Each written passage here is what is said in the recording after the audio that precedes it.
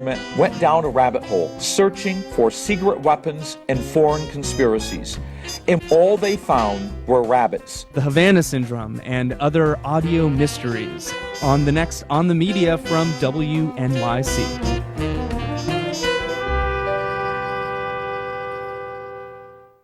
Join us for On the Media, Saturday mornings at 7 on KSJE Farmington. KSJE is supported by San Juan Regional Medical Center, whose vision is to deliver world-class care, making life better for the communities they are privileged to serve. Offering a comprehensive range of inpatient, outpatient, and emergency care services so residents can live life better here. San Juan Regional Medical Center, community-owned and operated, here for you.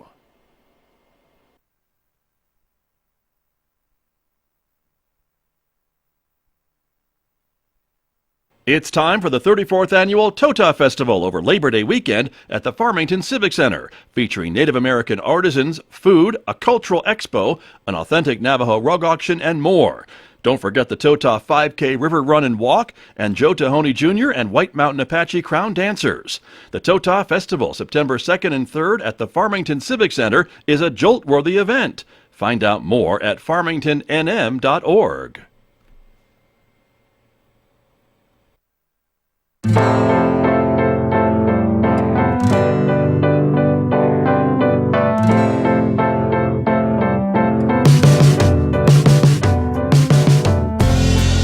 Good morning, everyone. I'm Megan Cullip, along here with Scott Michlin.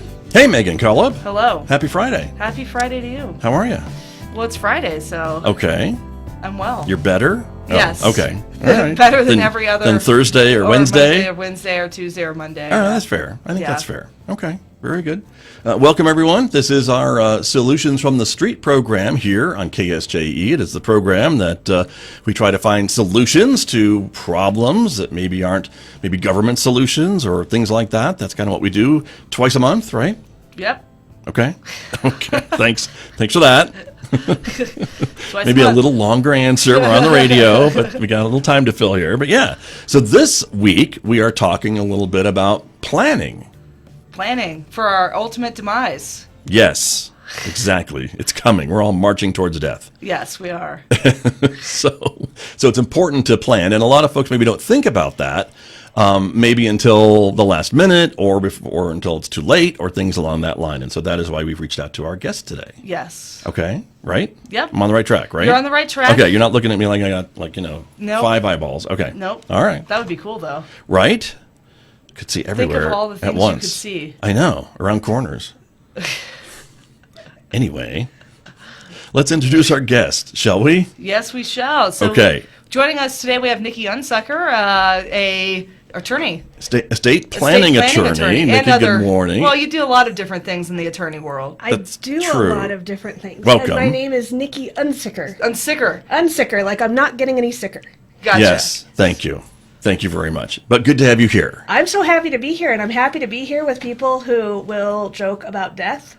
Because you've come to the right place. You've come to the right place. Yes, ma'am. Because I also, this is actually my favorite area of law to practice. I love helping people plan this, and people are really uncomfortable talking about it. And I remind them all the time that I say the dreaded D word, like daily, and I'm okay. Right. We can talk about death, we can plan, and you are right. People absolutely often wait till it's too late or it's a rush, and then their wishes really can't be honored. And It's heartbreaking. And that's terrible for the family and their friends, right? Yes. And others, or they're left questioning, I suppose, what would mom have wanted or dad have wanted, and trying to figure out what to do, right? But there's no clear direction. Left in situations where mom said that I'm supposed to get the house, but they didn't actually formalize that, and so now the house is going to the 6 siblings, Right. All sorts of things happen. Exactly. And so that's why you are here today, to help give us some guidance and maybe explain a bit how to maybe go about trying to clarify maybe some of these things in families, and maybe how to even approach these discussions if you are a person who doesn't like talking about the D word. Yes. And things like that. And it is a little, difficult because it does remind us of our mortality, and that we're not always going to be here. And I think maybe when someone gets sick or very, very sick, and then all of a sudden you got to start talking about that, it may be too late to do that, because maybe that person is not conscious anymore to be able to agree to this stuff. Absolutely.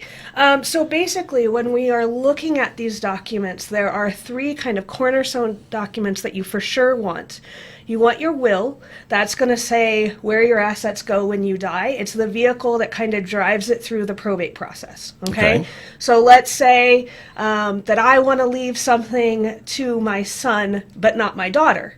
Well, I need a will. That's going to say I leave everything to my son, and I am specifically not leaving things for my daughter. Okay? It can't just be, but you told so-and-so that you were going to do this verbally, and you told your spouse that you're going to do this, and so why can't your spouse just say, yeah, that's what she said? Nope, absolutely not. So if I passed away without that document, and if I didn't have a husband, then it would go equally to my son and daughter. But if I have this will there, then it takes it through probate, and it makes sure that that happens. It's clear directions, I guess, for those folks, right? And it holds up in court, I guess, which is the other important part of this. Yes. And there are a lot of forms online. I do advise people to seek out attorneys only because I have seen such disasters from these forms. The forms don't know you. They don't know what questions to ask. They don't know if they're doing it right. So that is something to consider. Okay. So the will is a kind of a cornerstone document. The other two that I believe everybody should have, and I believe these two are the most important because they actually affect you during your lifetime, is your advanced healthcare directive / medical power of attorney, and then your financial power of attorney. So these are the two documents that if you ever become like incapacitated during your lifetime, it says what you want to happen to you medically and who can make those decisions. And then financially, the same thing in that. They're two different documents. If you don't have that, a judge would have, it's a very expensive process, and there'd be a conservatorship and a guardianship, and you don't have any power over who those people are or what they do with you. A judge will determine that, I guess, right? Mm-hmm. And there could be fighting and infighting and arguments and what have you about who of your children or your relatives want that job, if anybody does. Yes, yeah, and it's sad. I do those as well, and it can be really sad because families can tear themselves apart, because they love you, so they're fighting for you. Right. Very true.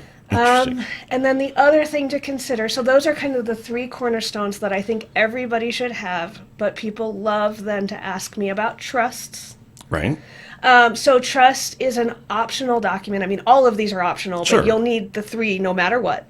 The trust, and I'm just going to talk about simple revocable living trusts. There are lots of different kinds of trusts. If you need the other kind, get a specialized attorney. But the revocable living trust is something where essentially it's a basket that's created and you choose what to put inside of it. Mm-hmm. But during your lifetime, you can also take those things out. You can change who's in charge of it in the future. You can change everything about it.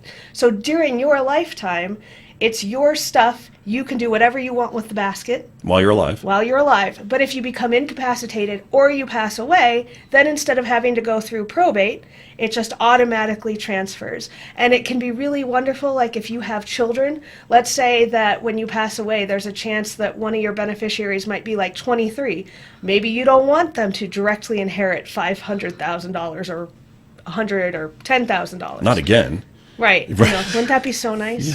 But in that situation, you can then say that this money will be managed for their benefit, for their health, for their education, for their needs, until they reach maybe a little bit more responsible age of 30, 35, 40. You get to decide. Right.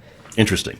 And do a lot of people maybe use those trusts for property and things like that, like the family home or things like that, if they want that to pass down to future generations? Is that one of the things that they are used for? Absolutely. So basically, you get to decide what you put in the basket. Most people decide to put everything they own in there. Okay. Because then houses, cars, whatever, jewelry, whatever, right? Yes. Okay. Everything into it, so that it just passes on through without probate. But you can use them for more specialized purposes, like let's say that you have a family farm that needs to go a certain way compared to other assets. There's lots of creative things that can be done. Got it. Interesting. But that also, I guess, as you said, speeds the process, I suppose. But probate is like the typical process of stuff, right? When someone passes away, isn't that kind of what we always hear about? Yeah, so probate is where essentially a judge kind of helps guide the assets passing from one generation to the next. And here in New Mexico, we actually have several different kind of layers of probate, depending on how much oversight is needed, how badly people are fighting, which is a nice option because not every state has that. Right. But it takes time. It takes time. Like, for example, a very, very quick probate where everything goes smoothly, the quickest is like 6 months because you have a 4-month creditors period. Uh-huh. So there's 4 months where creditors can submit their claims and have their claims paid. Got it. Interesting. In meantime, all the siblings or descendants are waiting for their share of the pie, I suppose, Yes. too, right? And so this other trust idea would make that a lot faster. That is true. That's what you're talking about this morning. Okay, I think I got it. So thank you very much. Megan, I haven't let you get a word in edgewise. And I know, apologize right? because you are usually chomping at the bit to ask a question. So please go ahead. Well, one of my questions is, how old should a person be before they put these documents into place? Thank you for asking me this question. Yeah. This is such an important question because most people wait until they're older or too old. Yeah. Sorry. If you are young, you should at least have your advanced health care and your power of attorney in place, even if you don't have stuff that you think you need a will. If you are a young family and you have children, you absolutely need a will. I really wish people understood this because regardless of your assets, you get to name who would be the guardian of your kids. Imagine the worst thing happens and you leave your children behind and you haven't named who the guardian would be. I mean, I can imagine in my own family, the grandparents, I mean, they would take themselves all down fighting over my kids. Yeah. And so having those provisions is absolutely important. Yeah, absolutely. Yeah, I mean, I have an advanced healthcare directive. Scott, do you? What? Oh my goodness. Oh my goodness. Well, and I think I'm one step in the grave already, so I know. What's my problem? One of the things about the advanced healthcare directives that are really important for younger people is the famous Supreme Court cases involving our women in their early 20s. Yeah. And, you know, they were cases where they were kept alive as their family fought all through the court systems, up, down, all over, because they didn't have these advanced healthcare directives. So it really is a gift to your loved ones and to yourself that if the worst were to happen, you get to decide what happens to you and not the courts. Right. Very true. Well, and Megan, I appreciate you naming me your My agent. Your agent. That's Well, right. So well, thank you. in my- Thank you for in that. my I will not advanced- wear my pull the plug T-shirt Well, when it I have to actually deal would with be your really case. simple because I spelled out very specific directions. So the person just has to be like, okay. So that's the way to do it. Yes, is absolutely. just spell it out. Yes. Don't leave a lot of guessing. Sure. So- No, that does make sense, and Yeah. I am remiss at not having mine in place. It's pretty So- simple. It is Well, simple. I would Yeah. think. I know. So I can hear I- you, but yes, Can I give some resources that I like to give Yes. people? please do. Okay, Sure. so how in the world do we even figure out what we want at the end of our lives, right? I Right. mean, we live in a world where, you know, it used to be like in more traditional times, people died in our houses, right? Now people die behind doors and we don't even know what's going on, what the options are, and we don't really think about it outside of maybe TV or movies. And so when I first started doing this work, I started volunteering at a hospice to really try and understand the dying process. And I found 2 resources that are very interesting. Okay. One is called Death Over Dinner. And if you just Google Death Over Dinner, it's a website. You go to the website and they give you some articles and some little videos and things to kind of educate yourself. You can then pick what you prefer other people to read that kind of align with your values and your hopes. And then you send them an email that is an invitation to dinner. And then they come to your house and you have dinner and they are to have read or watched these very simple things. And you intentionally have a conversation about what you want about at the end of life. Oh, I like that. Yes. Because that it's- helps you kind of jumpstart that conversation. It's one of the hardest to have. You know, you tell most people, here's what I want at the end of my life. And they're going to say, no, don't worry about it. You're going to live forever, Grandma. Right. You know? Right. Until she doesn't. Right. Yeah. And then you have to have that horrible conversation, right? Right. Because Grandma's gone or going, Yeah. and we don't know what to do. Right. And if we don't have our advanced healthcare directives, our loved ones show us they love us by keeping us alive. Right. right? And sometimes That's what Grandma would have that's- wanted. I know it. Right, and sometimes that can be really miserable, actually, for the human having to experience that.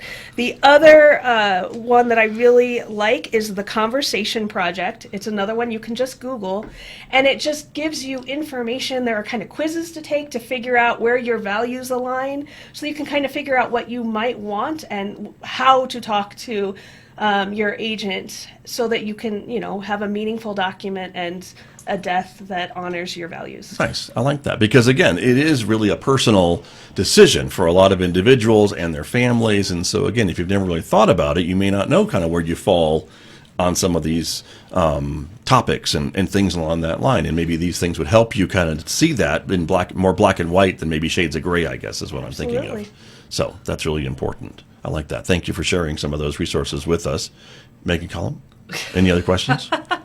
Well, I will just vouch for the Conversation Project, and it helps. You're familiar with it? Yes, and it really, one of the things that I like was it asks you to consider when you would have this conversation. Do you have it at the next family holiday gathering, or Ooh. do you make a point to set it aside? And it just has all sorts of options for when should you have this conversation. But why do you think people are just afraid of death? Why aren't people hopping on this sooner?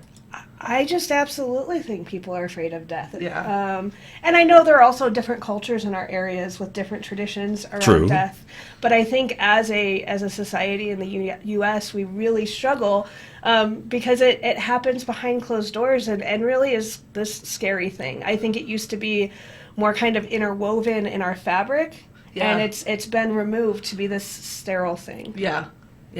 Interesting. It has been sterilized. Yeah, people aren't dying in the home as much. On hospice they are, but, a lot of people don't take advantage of hospice either till it's too late, so. Right. True. And I guess those documents would help hospice workers also know what to do, right? And do you require that as in your hospice line of work? Well, we do ask up front if they have a medical power of attorney. And so, in that sense, it's not required.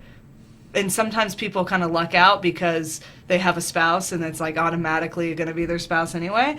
But a lot of people don't have spouses or they're widowed or whatever. So who is it? You have 3 kids. Which one are we supposed to talk to here?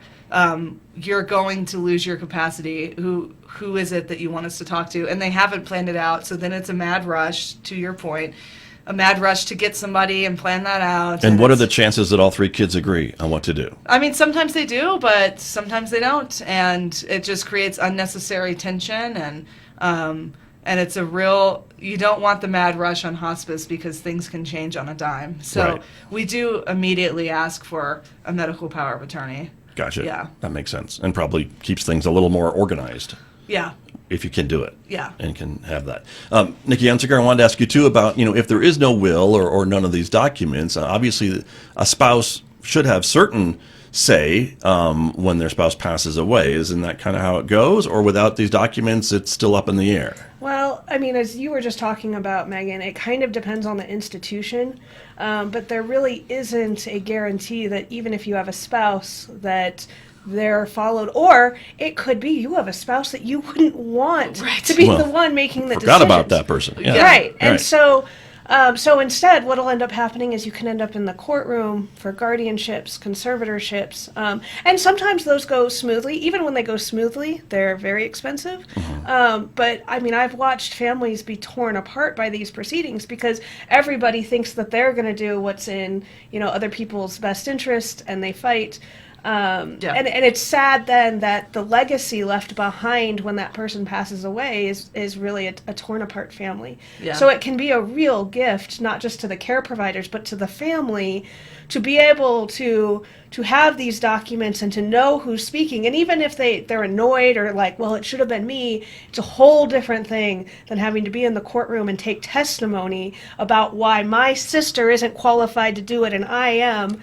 They get really nasty and sad, and that testimony is heartbreaking. Right. And those relationships are damaged. Yeah. I would think.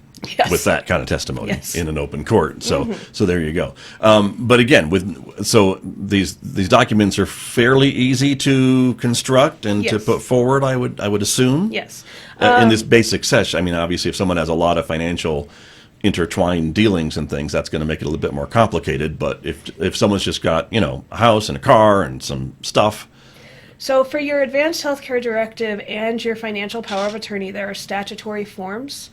So you can go online and pull those. And they should serve most general purposes. I still am not going to advise getting a will offline.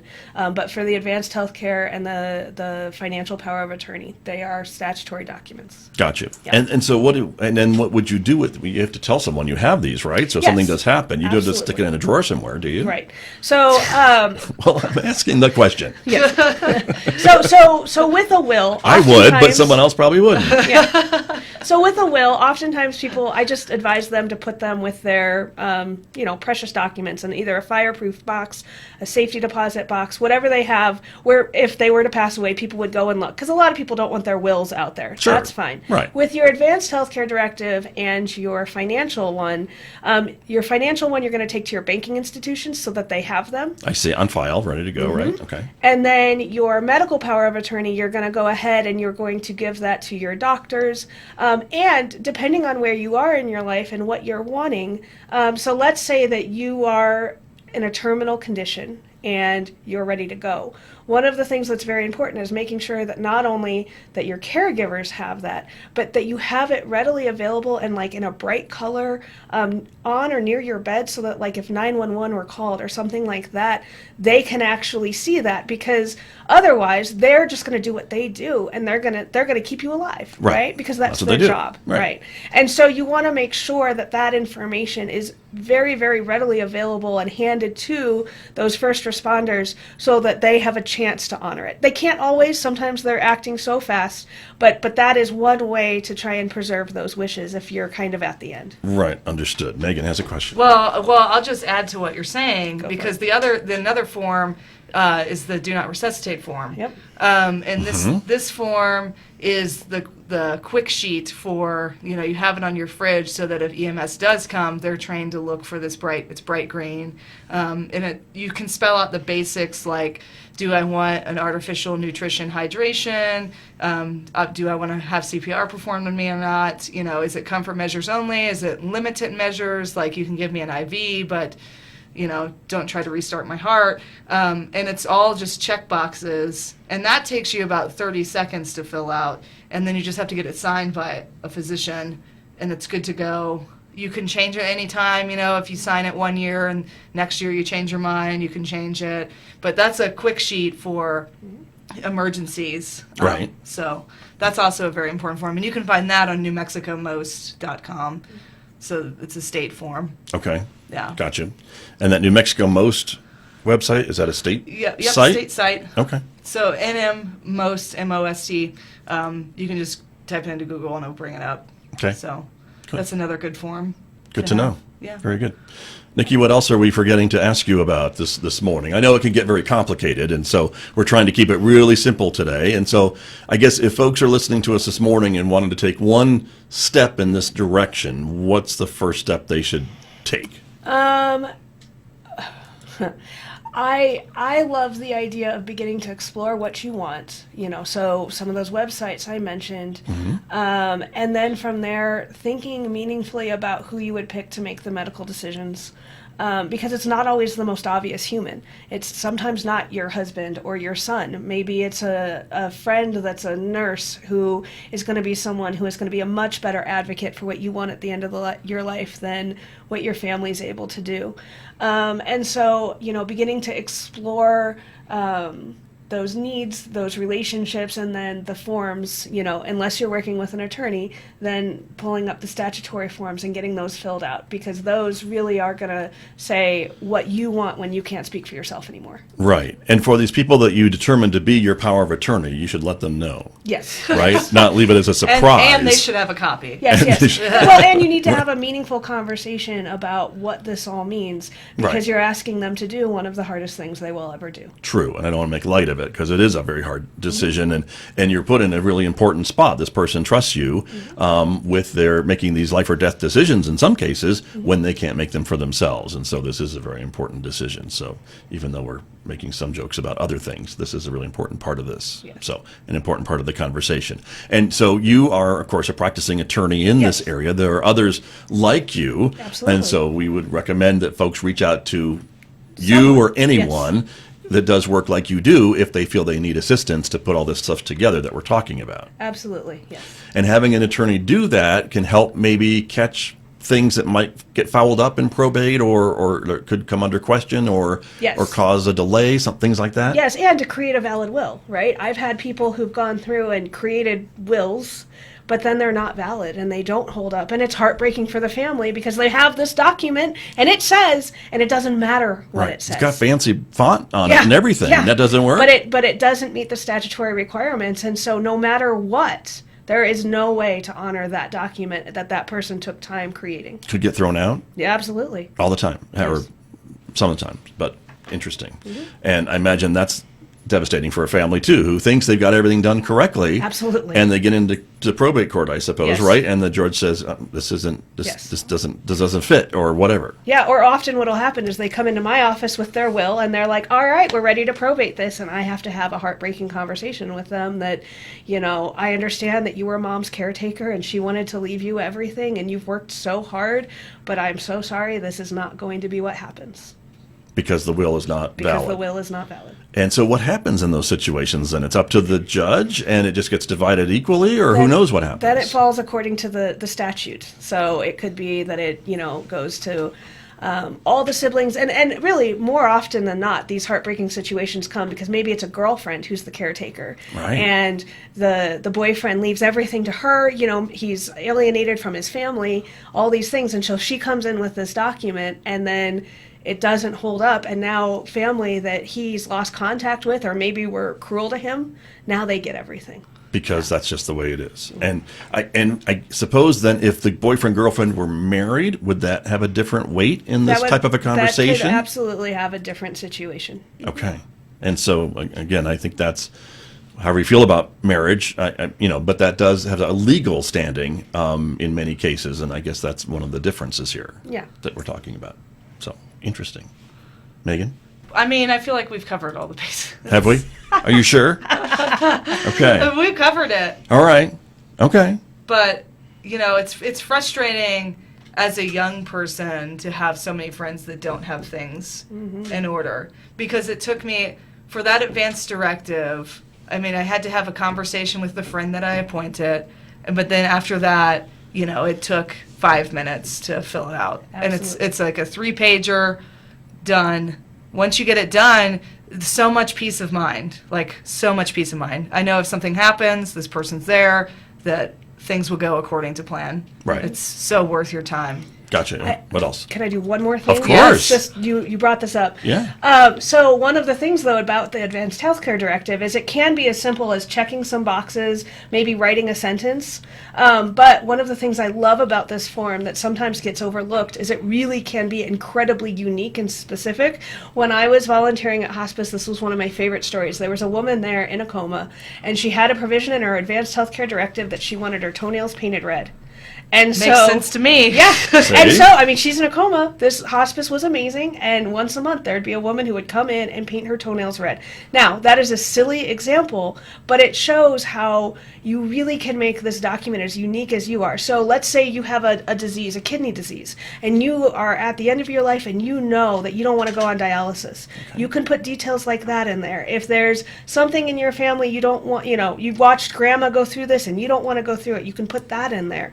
It really can be a very dynamic document. Got you. And it is, it carries that weight, I guess, of enforcement. Absolutely. And it's a It'd be legal enforceable in document. court. Right. And that's what makes it really important to have. One other question that I had for the power of attorney folks, I mean, how many layers should I have? I want to go to this person, but if they're not available anymore, should I have a second person or a third person? How many layers should I have? So when I do these, so let's say it's someone my age getting an advanced healthcare directive. I'm 40. Sorry, you don't know that.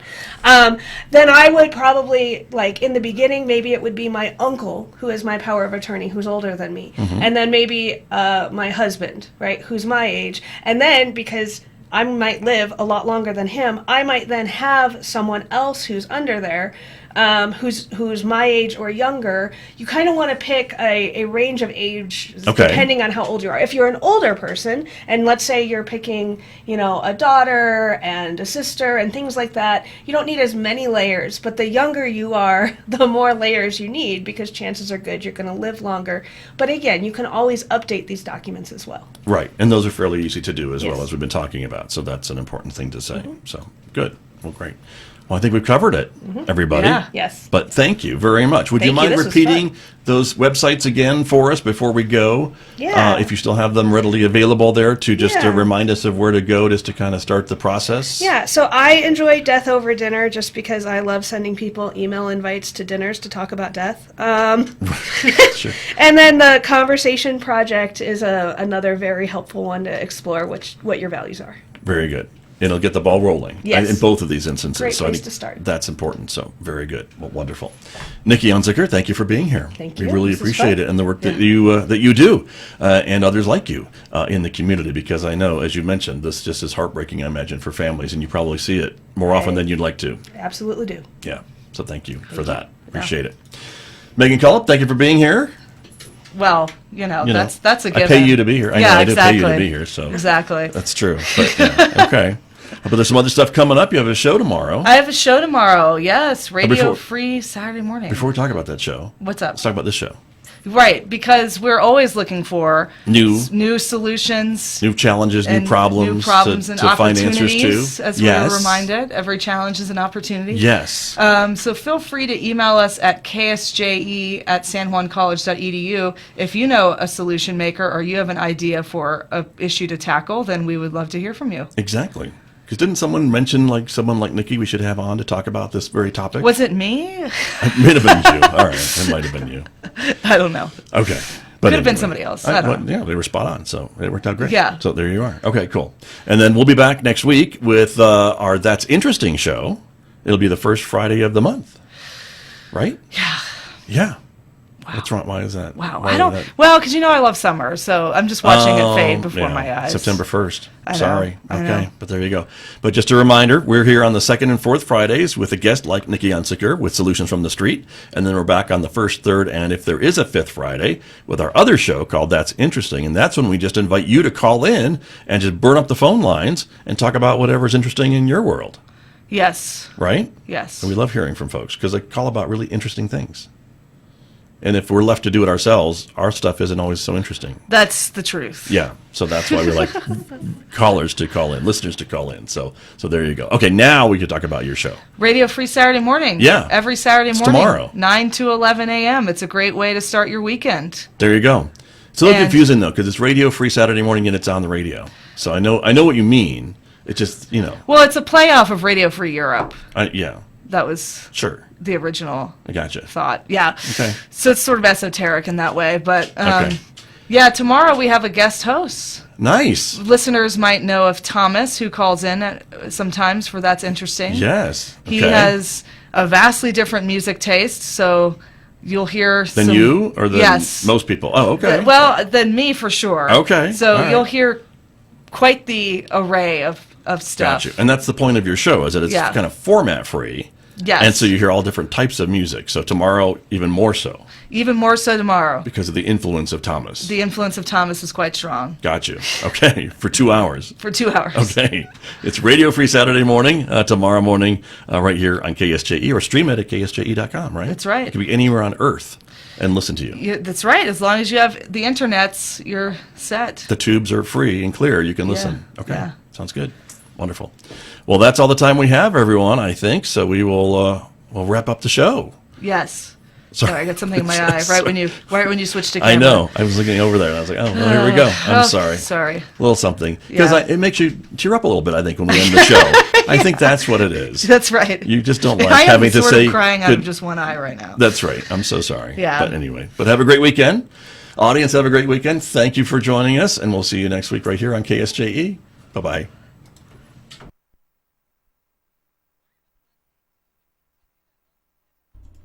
KSJE is proud to support Chili in Oktoberfest, presented by the Farmington Chamber of Commerce, Saturday, October 7th from 11 a.m. to 3 p.m. in downtown Farmington. Chili cooks are needed to compete in the home cook or business categories. Prizes will be awarded by the judges and by People's Choice. Find out more at 505-325-0279 or online at gofarmington.com. Chili in Oktoberfest, October 7th.